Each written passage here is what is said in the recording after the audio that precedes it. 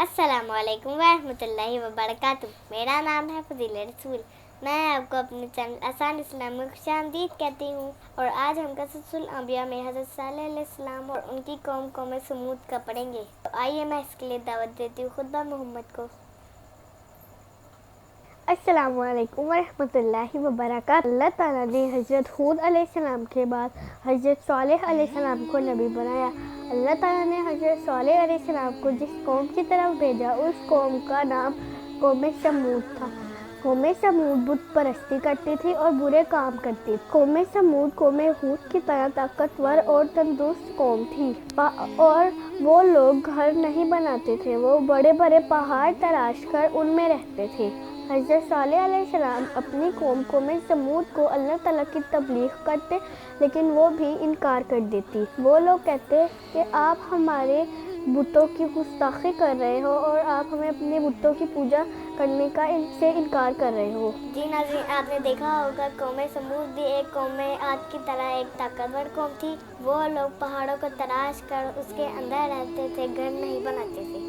हज़रत सालेह अलैहिस्सलाम ने अपनी कौम को अल्लाह ताला की इबादत करने का हुक्म दिया, तो उन लोगों ने कहा कि आप हमें मौजज़ा दिखाएंगे तो हम अल्लाह ताला पे ईमान लाएंगे।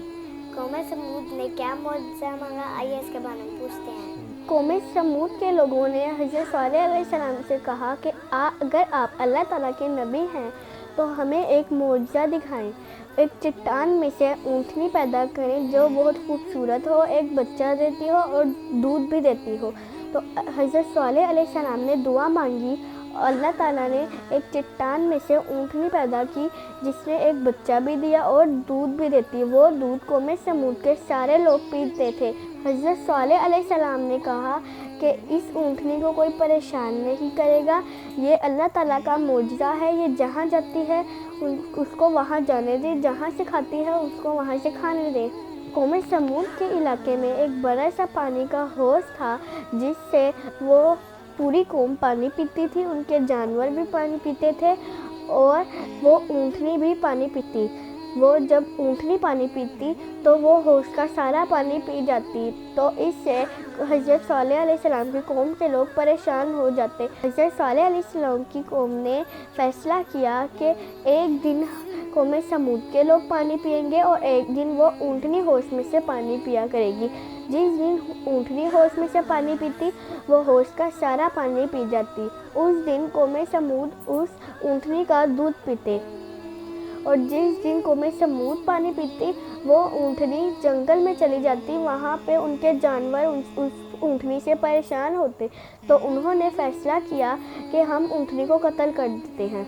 कौम समूद के लोग ऊँटनी के पानी पीने से परेशान थी और उनके जानवरों भी परेशान थे, तो उन्होंने फ़ैसला किया कि उस ऊँटनी को कत्ल कर दिया जाए। जी नाज़रीन, आपने देखा कि अल्लाह ताला ने कैसे एक चट्टान में से ऊँटनी पैदा की। कौम समूद के लोगों ने ऊँटनी को कैसे कत्ल किया, आइए इसके बारे में।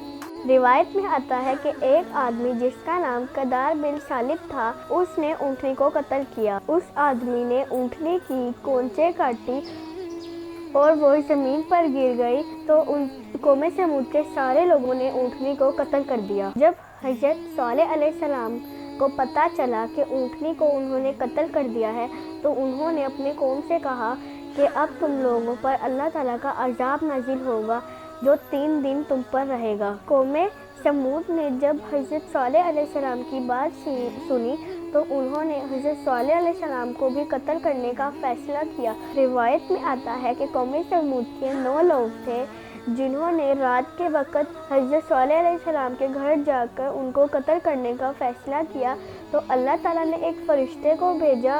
उस फ़रिश्ते ने उनके ऊपर पत्थरों की बारिश की तो वो उसी में ही मर गए। तो जी नाज़रीन, आपने देखा कि कौम समूद के लोगों ने ऊँटनी को कत्ल किया, तो उन्होंने हज़रत सालेह अलैहिस्सलाम को भी कत्ल करने का फ़ैसला किया, तो अल्लाह ताला ने उन पे अज़ाब मुसल्लत किया। कौम समूद पे क्या अज़ाब आया, आइए इसके बारे में पूछते हैं। वो अज़ाब कौम समूद पर 3 दिन रहा। पहले दिन उनके कौम समूद के लोगों के चेहरों के रंग सुर्ख हो गए।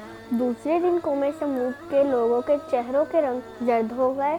तीसरे दिन कौम समूद के लोगों के चेहरों के रंग काले हो गए। जब अज़ाब के 3 दिन गुजर गए तो वो लोग अपने अपने घर गए।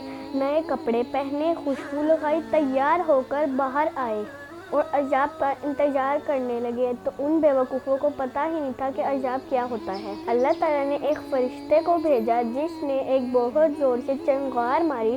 وہ چنگار سن کر سارے لوگ مر گئے۔ اس فرشتے کی آواز اتنی خطرناک تھی کہ وہ قوم ادھر ہی غرق ہو گئی۔ تو جی ناظرین، آپ نے دیکھا ہوگا کہ اللہ تعالیٰ نے ایک طاقتور قوم کو ایک فرشتے کی چیخ سے دبا کر دیا۔ تو یہ تھا قوم سمود کا ایک چھوٹا سا قصہ۔ تو اگلے پروگرام میں ہم حضرت ابراہیم علیہ السلام کا قصہ پڑھیں گے۔ تب تک کے لیے ہمیں اجازت دیجیے، اپنا خیال رکھیے گا، اللہ حافظ۔